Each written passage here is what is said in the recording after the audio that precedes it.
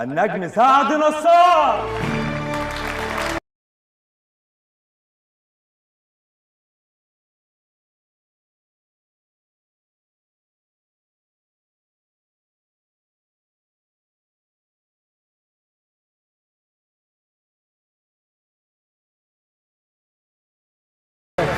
متشكر. أنا بجد مش مصدق نفسي وحاسس إن أنا بحلم. وبالمناسبة دي حابب أشكر أمي كريمة وأبويا نصار وإخواتي رانيا ورجاء ورباب وخطيبتي اللي وقفت كتير جنبي نانسي والأستاذ نجيب. وحابب أشكر كل واحد صدق موهبتي.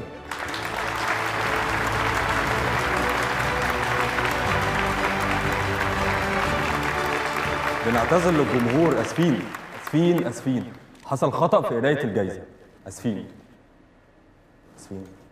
والجايزة من نصيب ألفونس وكيتي.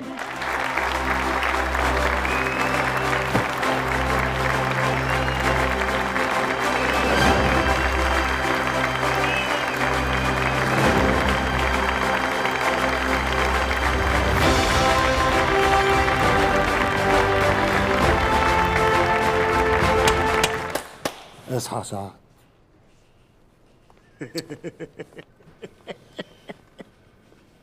فوق الأكل عيشك بقى.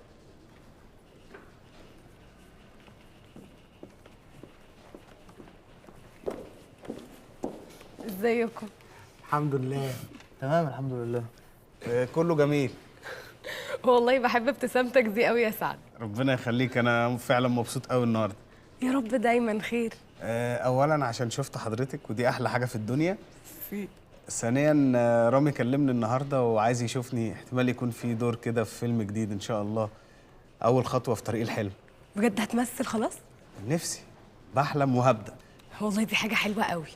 لو هتمثل بجد لازم تكلمني عشان اجي اتفرج، انا بحب العالم ده قوي. بجد ده يبقى احلى يوم في الدنيا، ده كده كل حاجه تبقى اتحققت. اديني موبايلك. لا اديني نمرتك. سوري. هات اكتب لك الرقم.